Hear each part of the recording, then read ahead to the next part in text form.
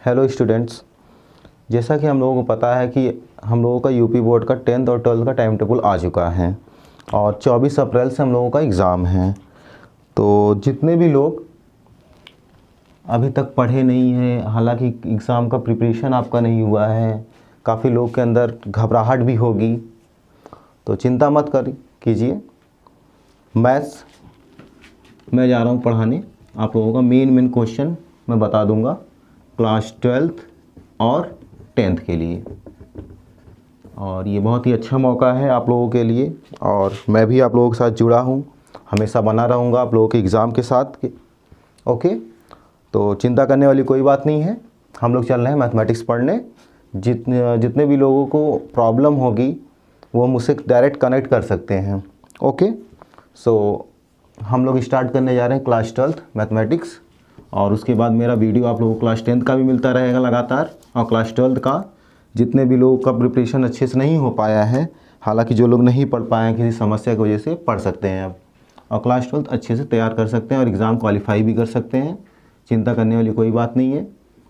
मैं आप लोगों को मैथमेटिक्स पढ़ाऊँगा, राइट। तो मैथमेटिक्स में हम लोग एक सबसे बढ़िया चैप्टर स्टार्ट करने जा रहे हैं जिसका नाम है कैलकुलस। ज़्यादातर स्टूडेंट्स को कैलकुलस में बड़ी समस्या होती है, और आपके एग्ज़ाम के लिए सबसे ज़्यादा इम्पॉर्टेंट टर्म्स है, कोई टॉपिक है कैलकुलस है, जिससे 35 से 40 नंबर आप गेन कर सकते हो। कैलकुलस हम लोग पढ़ेंगे। कैलकुलस हमारे पास दो टाइप्स के होते हैं। एक होता है डिफरेंशिएशन, जिसे हम लोग हिंदी में अवकलन कहते हैं, और एक होता है इंटीग्रेशन, जिसे हम हिंदी में समाकलन कहते हैं। मैं आप लोगों को हिंदी और इंग्लिश दोनों में पढ़ाता रहूँगा, क्योंकि हमारे पास कुछ स्टूडेंट्स ऐसे हैं जो इंग्लिश मीडियम से हैं, कुछ स्टूडेंट्स हिंदी मीडियम से हैं। दोनों मीडियम वाले लोग यहाँ पर पढ़ सकते हैं। ओके, सो हम लोग पहला टॉपिक स्टार्ट करने जा रहे हैं डिफरेंशिएशन। कैलकुलस दो टाइप्स का होता है, डिफरेंशिएशन और इंटीग्रेशन, अवकलन और समाकलन।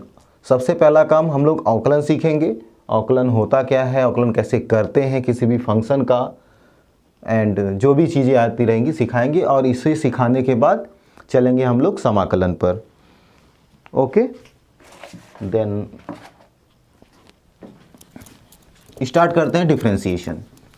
डायरेक्टली क्वेश्चन के अकॉर्डिंग मैं स्टार्ट करूंगा, बहुत ज़्यादा इसका डिस्क्रिप्शन भी नहीं दे सकता क्योंकि आप लोगों के पास टाइम भी बहुत कम है, राइट, और मुझे सिलेबस भी आप लोगों का कंप्लीट करना है। स्टार्ट करते हैं डिफरेंशिएशन।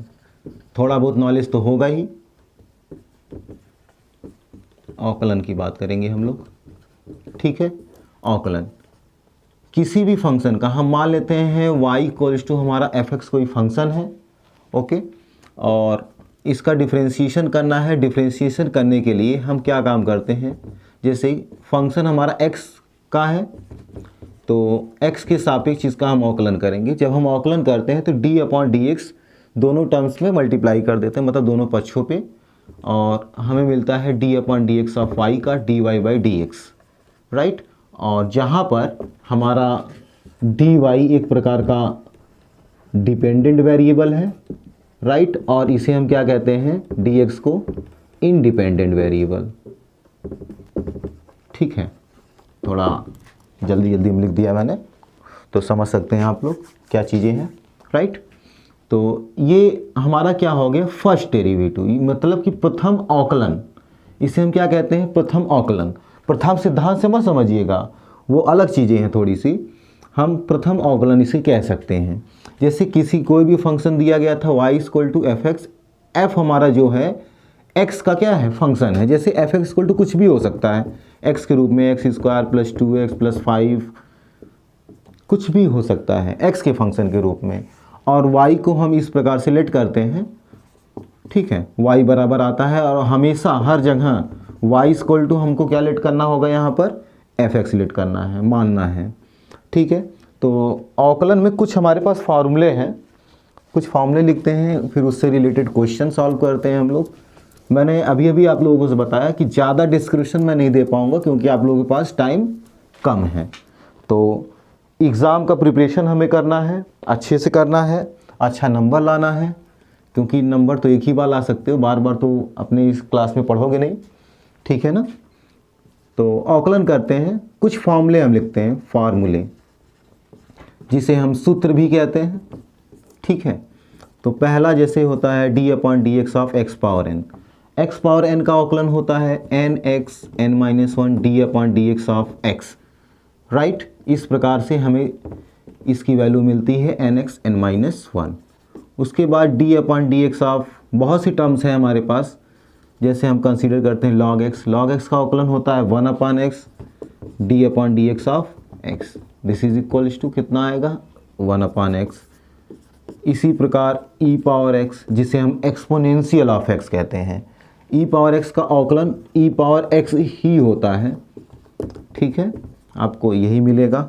फिर उसके बाद d upon d x of बहुत से टर्म्स हैं हमारे पास, ए पावर एक्स, जैसे a power x log a होता है शायद इसका, log a base e into d upon d x of x, a power x log of a base ई।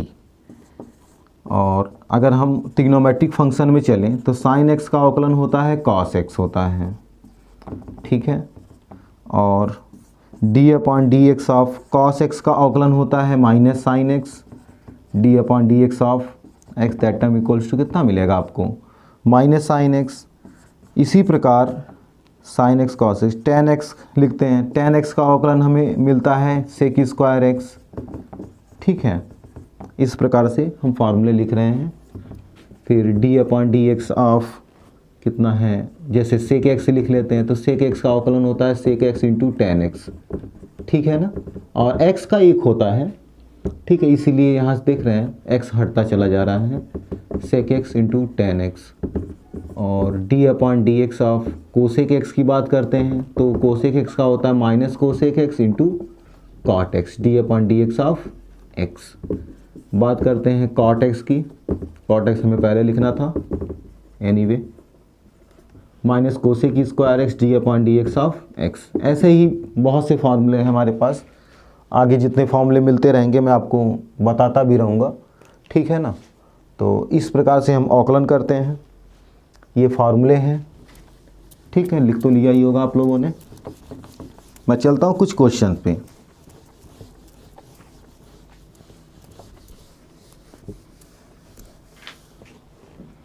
जैसे कंसीडर करते हैं, कोई एग्जांपल लेते हैं, जैसे मान लेते हैं y equals to x power 5 दिया गया है, मतलब x घाते 5, ठीक है ना। कह दिया जाए इसका अवकलन करना है हमें, है ना, क्या करना है, अवकलन, और x के सापेक्ष, किसके सापेक्ष, x के सापेक्ष, विथ रेस्पेक्ट टू x। अंग्रेजी में आपको लिखा रहेगा differentiate y equal to x power x with respect to x, और हिंदी वाले x के सापेक्ष इस प्रकार से पढ़ सकते हैं, जैसे y इक्वल टू कितना है x पावर 5, ठीक है, इसका हमें अवकलन करना है, x के सापेक्ष अवकलन करना है, ठीक है। हम लोग तब यहाँ पर लिखते हैं x के सापेक्ष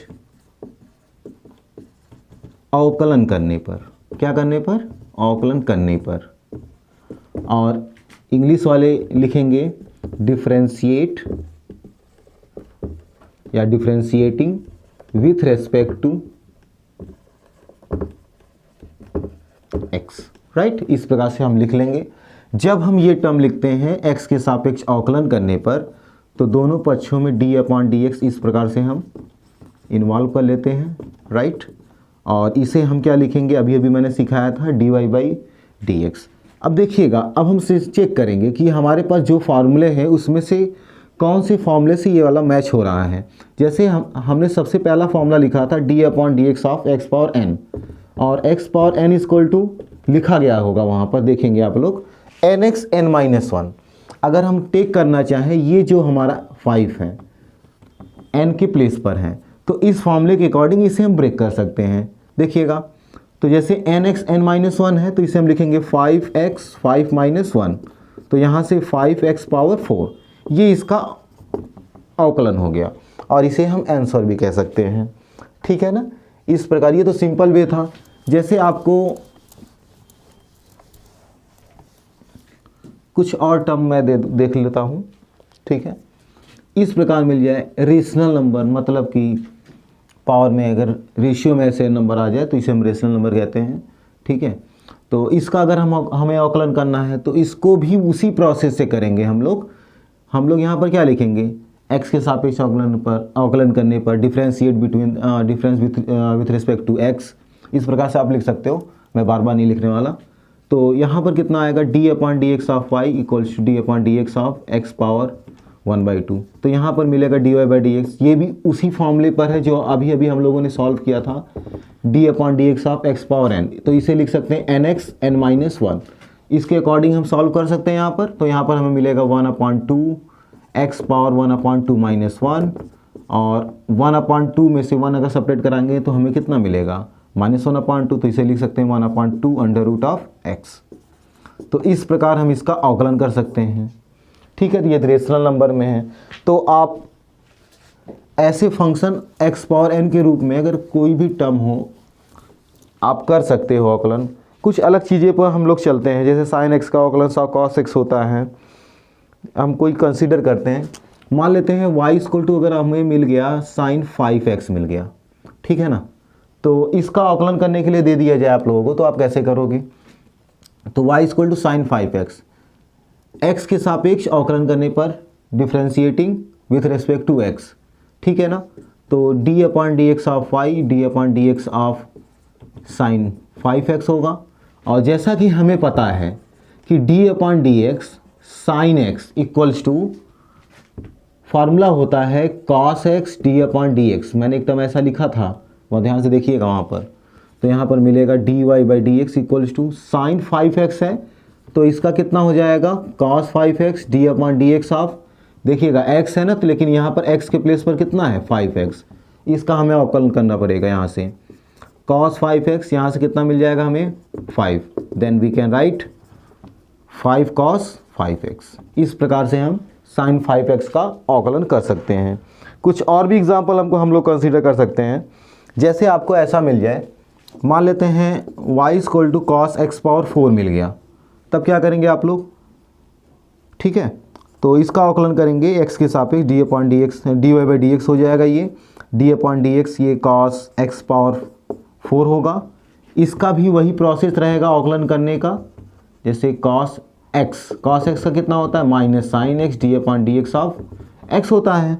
तो वही प्रोसेस अप्लाई करिए, cos x पावर 4 है तो यहाँ कितना हो जाएगा minus sine x power 4 into d/dx of कितना होगा x पावर 4, क्योंकि यहाँ पर x था तो हम लोगों ने x लिखा था, लेकिन x के प्लेस पर यहाँ कितना x पावर 4 है, तो x पावर 4 को इस प्रकार से लिख सकते हैं। और d/dx x पावर 4 इसका अवकलन करना है, तो पहले ही आप लोगों को सिखाया गया था, d/dx x पावर n का फॉर्मूला इसमें अप्लाई कर लेंगे, हम लोग लगा देंगे इस प्रकार से, तो हमको nx n-1 मिलेगा। तो इसे हम क्या लिख सकते हैं 4x 4-1, ठीक है ना। तो 4x क्यूब इसका अवकलन कितना मिल जाएगा हमें 4x क्यूब, तो इसको लिखना चाहेंगे तो हम लोग कितना लिख सकते हैं -4x cube sign x power 4, इस प्रकार से ये dy/dx, ठीक है। ये आपका आंसर हो गया। ये मैंने कुछ एग्जाम्पल बताए हैं। कुछ और एग्जाम्पल अगर हम लोग कंसीडर करना चाहें तो ले सकते हैं, जैसे मान लेते हैं हमारे पास कुछ एग्जाम्पल हैं, बहुत से क्वेश्चन हैं, मेन क्वेश्चन केवल बताकर आगे बढ़ूंगा और आपके एग्ज़ाम में आए हुए लगभग क्वेश्चन को मैं सॉल्व कराता चलूँगा ताकि आपको कोई प्रॉब्लम ना हो पढ़ने में। जैसे आपको ऐसा मिल जाए एक्सपोनेंशियल ऑफ x पावर 5 + 1, ठीक है, ये आपको क्वेश्चन मिल गया जैसे, तो आप इसे कैसे सॉल्व करेंगे, ठीक है ना। तो देखते हैं, और x के सापेक्ष अवकलन करना है d/dx y of d/dx e power x power 5 + 1, ठीक है ना। तो dy/dx इक्वल टू, जैसा कि हमें पता है कि d/dx e पावर x का फॉर्मूला मैंने स्टार्टिंग में लिखा था, क्या होता है e power x d/dx of x, इस प्रकार से इस एक्सपोनेंशियल ऑफ x का फॉर्मूला होता है। तो इसे हम लोग लिख सकते हैं x power 5 + 1, sorry exponential of x का क्या होता है एक्सपोनेंशियल ऑफ x यानी e पावर x का e पावर x के रूप में लिखेंगे, तो e पावर x पावर 5 + 1, लेकिन यहाँ पर देख रहे हैं कि d/dx ऑफ x है और उसके प्लेस पर यहाँ पर कितना है x पावर 5 + 1, और मैंने आप लोगों को फॉर्मूला बताना भूल गया स्टार्टिंग में ही, अगर डी अपॉन डी एक्स कोई कांस्टेंट टर्म आ जाए, कांस्टेंट टर्म आने का मतलब ये है कि वहाँ पर x का कोई भी फंक्शन ना हो, y डिपेंडेंट होता है तो y का जीरो नहीं करेंगे हम लोग, लेकिन अगर कोई कांस्टेंट फंक्शन आ गया एक्सेप्ट ऑफ x, मतलब कि x को छोड़कर कोई भी फंक्शन अगर आता है इसे हम कांस्टेंट मान लेते हैं, और कांस्टेंट का अवकलन क्या होता है, जीरो। ठीक है, उसी प्रकार ये जानते रहिए, मैंने स्टार्टिंग में लिखा नहीं, d upon d x of c equal to zero, आप लोग लिख सकते हो। यहाँ पर एक्सपोनेंशियल ऑफ एक्स पावर 5 प्लस 1, यहाँ देखिएगा x पावर 5 है तो x पावर 5 का अवकलन अगर हमको करना हो तो 5x पावर 4 कर सकते हैं, वही फॉर्मूला अप्लाई कर लेंगे x पावर n का, चेक कर लीजिएगा आप लोग। तो यहाँ पर 5x पावर 4 प्लस 1 है, 1 का अवकलन करना है। मैंने अभी अभी आपको बताया कि कांस्टेंट अगर आ जाए, कहने का मतलब कांस्टेंट वो टर्म होगा यहाँ पर जहाँ पर x का टर्म ना हो, यानी क्योंकि हम लोग x के सापेक्ष अवकलन कर रहे हैं विथ रिस्पेक्ट टू x, अगर x का टर्म यहाँ पर इन्वॉल्व नहीं है तो उसका अवकलन क्या हो जाएगा, ज़ीरो हो जाएगा। तो यहाँ पर हम लोग जीरो लिख लेंगे। तो 5x power 4 e power x power 5 प्लस 1, इस प्रकार से आपका आंसर हो गया। एक्सपोनेंशियल के रूप में हम लोग सॉल्व कर लिए हैं। ठीक है, तो कुछ और एग्जाम्पल है, जैसे आप लोगों को ऐसा क्वेश्चन मिल जाए, मान लेते हैं y equal to under root log x। ठीक है, ऐसा क्वेश्चन अगर मिल गया तो कैसे सॉल्व करोगे, है ना। तो सबसे पहला काम थोड़ा सा सिंप्लीफाई करेंगे, थोड़ा सा, इसे हम लोग लिख सकते हैं log x पावर 1/2, राइट। अब देखिएगा पूरे फंक्शन की पावर में अगर आ जाए, राइट, यहाँ पर जो आप लोगों को फॉर्मूला बताया गया है ना x पावर n, जैसे x फंक्शन है, यहाँ पर पूरे इस फंक्शन की पावर में अगर कोई टर्म होता है तो उसका अवकलन इस प्रकार से हम लोग करते हैं, जैसे कि यहाँ पर भी दिया गया है। ठीक है, मैं इसे दो टाइप से आपको सॉल्व करना अभी बता देता हूँ। एक पूरे फंक्शन के रूप में ऐसे लेते हैं, तो जैसे d upon d x of y equal d upon d x of log x power अगर 1/2 है, इसके रूप में अगर हम लोग करना चाहें तो 1/2 लॉग एक्स पावर 1/2 माइनस 1, क्योंकि एन एक्स एन माइनस 1 होता है यहाँ पर, D upon d x of x के प्लेस पर यहाँ log x है, तो log x पावर यहाँ पर कितना हो जाएगा -1/2, और log x का अवकलन फॉर्मूला बताया है 1/x होता है। पूरे टर्म को अगर सॉल्व करके लिखना चाहें तो हम लिख सकते हैं 1/2x under root of log x। एक ये मेथड है हमारे पास, एक मेथड और है जैसा कि हम लोग जनरली लोग सॉल्व करते हैं, आप लोग भी किए होंगे अगर पढ़े होंगे अच्छे से। तो यहाँ पर हम मान लेते हैं कोई टर्म, माना या लेट करना, ठीक है ना, log x equal to T. तो यहाँ से log x equal to T मानेंगे, तो यहाँ से अवकलन करते हैं हम लोग। अवकलन जब करेंगे तो 1/x इक्वल टू यहाँ पर डी टी अपॉन कितना हो जाएगा dx, x के सापेक्ष अवकलन करना है। तो y equal to log x को हमने t माना है, तो t पावर कितना हो जाएगा 1/2, और x के सापेक्ष ही अवकलन करना है, तो यहाँ पर हमें मिलेगा d upon D T of t power 1/2 dt upon dx। इसे हम चेन रूल भी कह सकते हैं। ठीक है, अब वही प्रोसेस अप्लाई करना है x पावर n का, 1/2 t power 1/2 minus 1 into D T upon d x की वैल्यू अभी आई है 1/x, यहाँ पर रख देंगे हम 1/2 t पावर कितना t पावर -1/2 और t की वैल्यू log x, तो log x power -1/2 into 1/x। देखिएगा इसका आंसर कितना आ गया, अभी अभी हम लोगों ने जो सॉल्व किया है। आपको जो जो मेथड बेटर लगे आप वो मेथड एग्ज़ाम में अप्लाई कर सकते हो यहाँ से, ठीक है ना। चलिए, इसे चेन रूल भी कहा जाता है, जो अभी मैंने दूसरा मेथड सॉल्व किया है लेट कर, ठीक है ना। कुछ एक एग्जांपल मैं और बता देता हूँ अलग टाइप से, जैसे आपको पॉलिनोमियल के रूप में भी मिल सकता है under root a x square plus b x plus c. वही प्रोसेस अप्लाई करना जो अभी अभी मैंने सॉल्व किया था, d y by d x d upon d x, इसे हम लिख सकते हैं a x square plus b x plus c power 1/2। वही प्रोसेस अप्लाई करिए, मेरे ख्याल से ये बेटर रहेगा आपके लिए। मैं जनरली ऐसे ही सॉल्व करता हूँ, a x square plus b x plus c power 1/2 minus 1 d upon d x, कितना हो जाएगा यहाँ से a x square plus b x plus c, तो a x square plus b x plus c power कितना आएगा -1/2, क्योंकि 1/2 में से 1 सब्ट्रैक्ट कराओगे आप या घटाओगे तो -1/2 आ जाएगा। इसका अवकलन करेंगे, एक्स स्क्वायर का अवकलन एक्स पावर एन के फॉर्मूले से 2x, b का x का 1 हो जाएगा केवल, और यहाँ पर x का टर्म नहीं है इसलिए इसका अवकलन 0। तो 1/2 under root a x square plus b x plus c यहाँ पर आएगा, इसे अगर हम सॉल्व करते हैं तो, और यहाँ पर हमें कितना मिला है 2ax प्लस बी, इस प्रकार से ये आंसर। तो कुछ क्वेश्चन हम लोगों ने सॉल्व किया, नेक्स्ट वीडियो में मैं इसके आगे चलूँगा, ठीक है। तो आप लोग पढ़ते रहिए डेली, अगर कोई भी प्रॉब्लम हो तो आप मुझसे डायरेक्टली जुड़ सकते हैं, ओके। तो आज के लिए इतना ही, बाकी नेक्स्ट, दैट्स ऑल।